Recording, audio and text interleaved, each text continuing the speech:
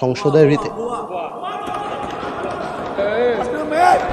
মাননীয় স্পিকার, আপনি দেখতে পারবেন এগুলি রেকর্ডেড আছে। আমাদেরকে জুলাইয়ের বিরুদ্ধে দাঁড়ানোর পায়তারা করা হচ্ছে।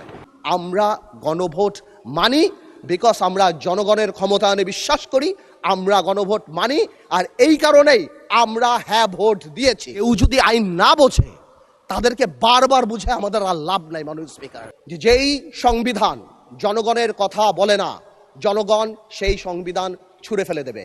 বাট যেটা আমরা সংশোধন করতে পারি, যেটা আমরা ঠিক করতে পারি সংবিধানের মধ্যে থেকে, আমরা সেটাই করব। জুলাইকে সম্মান জানিয়ে, জুলাই যোদ্ধা যারা নিহত হয়েছেন, যারা, সবাইকে সম্মান জানিয়ে আমি আর বক্তব্য আরম্ভ করছি। আমি আপনার একটু দৃষ্টি আকর্ষণ করি, মাননীয় স্পিকার, আপনি যখন ছিলেন না এখানে, সংসদ যখন ব্রেকে ছিল, তখন আমাদের বিরোধী দলের মাননীয় কিছু তরুণ সদস্যরা আমাদের গ্যালারিতে যারা ছিল তাদের সাথে তর্কে লিপ্ত হয়েছিলেন। এটা আসলে আমাদের জন্য দুঃখজনক। এটা সংসদের রীতি। মাননীয় স্পিকার, আপনি দেখতে পারবেন এগুলি রেকর্ডেড আছে, আপনি দেখতে পারবেন। আমি এটাই বলার চেষ্টা করছি, আমি খারাপ বলছি না, আমি বলছি যে আমাদের জুলাই যোদ্ধাদের সাথে ডিল করার জন্য আরও অনেক ধৈর্যের পরিচয় দিতে হবে। আমরা আর কিছুই বলি নাই, আমি আপনাকে খারাপ কিছু বলছি। আমি বলছি যে ওনারা যেহেতু আহত, ওনারা নিহত, they paid the price, we are here, এই কারণে আমাদের সহ্য ক্ষমতা আরও বাড়াতে হবে। আমি এই ব্যাপারে এইটাই বলছি, এর চেয়ে বেশি কিছু বলে নাই। যাক, অনেকগুলি ব্যাপার আসছে। মাননীয় সংসদ সদস্য আক্তার সাহেব আমার নাম নিয়ে বলেছেন, শুধু আমি একটু আনসার করি। কোয়াজাই কনস্টিটিউশনাল ব্যাপারে একটা কথা আসছে, যে আমি বলেছিলাম কোয়াজাই কনস্টিটিউশনাল ব্যাপারটা ছিল। আসলে কোয়াজাই কনস্টিটিউশনাল ব্যাপারটা তো ছিল, এখন নেই। ওটা ছিল বলেই তো কনস্টিটিউশনের কিছু কিছু পার্ট আমরা সে সময় নিয়েছিলাম, মাননীয় স্পিকার। কারণ এই সংবিধান তো বলে নাই যে কোনো দেশ থেকে প্রধানমন্ত্রী ভেঙে গেলে কি করা যাবে। সংবিধানে অনেক গ্যাপ ছিল, যার কারণেই দেখা গিয়েছিল যে সেই সময় শাহাবুদ্দিন সাহেবের ওখানে আমাদের অনেকেই এখানে যারা আছেন ওনারা শপথও নিয়েছেন, কিন্তু পরে আবার শাহাবুদ্দিন সাহেবকে চ্যালেঞ্জ করেছেন, এই পার্লামেন্ট ছেড়ে বয়কট হয়েছেন। তো এই ব্যাপারগুলি তো ছিল। আমরা তো সেই সময় এই জিনিসটাকে ম্যানেজ করার জন্য একটা সিচুয়েশন ক্রিয়েট করতে চেয়েছিলাম। আরেকটা কথা আসে, সংস্কার, আমার সময় অনেক অল্প, অনেক স্পিকার, কথা তো অনেক চলে আসছে। আপনার হুইপ আপনাকে এক মিনিট সময় বাড়িয়ে দিয়েছে। সংস্কার আর সংশোধন, এই দুইটা কথা নিয়ে খুব আলাপ হচ্ছে অনেক স্পিকার। আমি এটা আসলে বুঝতে পারছি না, যে আমার মনে হচ্ছে এর মধ্যে খুব ফাইন একটা লাইন আছে, যে সংস্কার আর সংশোধন এই জিনিসটা মানে কি। এই আমরা তো চাচ্ছি যে যেই জুলাই সনদের জিনিসগুলি আসে সেগুলি পার্লামেন্টে, সেগুলি কনস্টিটিউশনের মধ্যে আসবে এবং কনস্টিটিউশনের রীতিনীতি মেনেই আসবে। এর বাইরে তো আমরা কিছু যাচ্ছি না। তো আমার মনে হচ্ছে এখানে প্লেইং উইথ ওয়ার্ডস করা হচ্ছে এবং জাতিকে বিভ্রান্ত করা হচ্ছে, এবং ঠিক আগেও যা বলেছি, আমাদেরকে জুলাইয়ের বিরুদ্ধে দাঁড়ানোর পায়তারা করা হচ্ছে। আরেকজন আমার সম্মানিত সংসদ সদস্য এখানে বলে গেলেন প্রিঅ্যাম্বল পড়লেই ওই সংস্কার পরিষদের কথা চলে আসবে।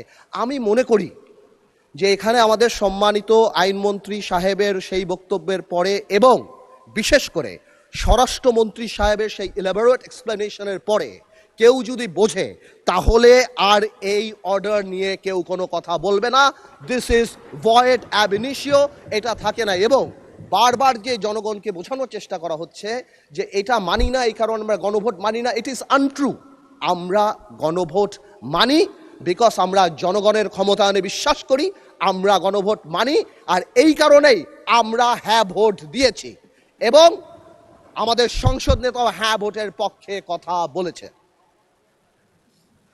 আমরা যদিও এটা বাইরে থেকে আসছে তাও বলি, আসলে মাঝে থেকে একটা গল্প বলি, সময় এক মিনিট বাড়াই দেবে, তাও একটা গল্প বলি, যে শপথের কথা বলছে। এই গল্পটা আসলে বলা ইম্পর্টেন্ট।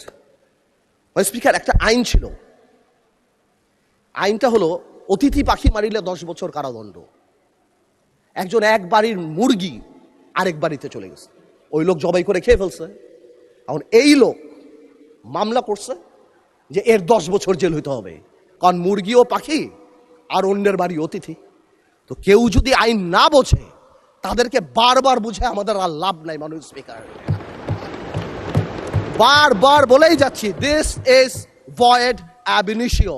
উই রেসপেক্ট রেফারেন্ডাম, এই কারণে আমরা আসছি। এটাকে ইমোশনাল কালার দিয়ে বাংলাদেশকে এমনভাবে দাঁড় করানো হচ্ছে যে আমরা জুলাই চাই না, আমরা জুলাইয়ের বিরুদ্ধে। ওনারাই একমাত্র জুলাইয়ের টেন্ডার নিয়েছেন, ওনারাই টেন্ডার সাবমিট করছেন। This is so unfair. S মাননীয় স্পিকার, আমি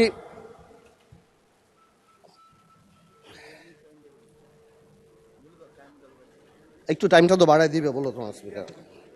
আরেকটা কথা, 1 মিনিট আপনার শেষ হয়ে গেলে আরেক মিনিট বলতে পারবেন। Thank you.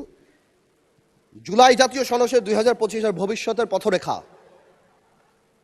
আমি আগেও যা বলছি এখনো তা বলছি, আমি আগেও বলি না, এখন সবসময় বলি যে যেই সংবিধান জনগণের কথা বলে না, জনগণ সেই সংবিধান ছুঁড়ে ফেলে দেবে।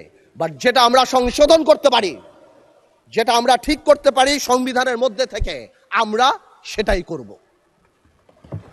আর এই ভবিষ্যতের পথরেখার আরেকটা কথা বলে দিতে চাই মাননীয় স্পিকার, এই পথরেখায় আমরা সবাইকে সাথে নিয়ে চলতে চাই এই পথে, এবং যখন চলতে চাই আমরা গণতন্ত্রকে আপলিফট করে চলতে চাই।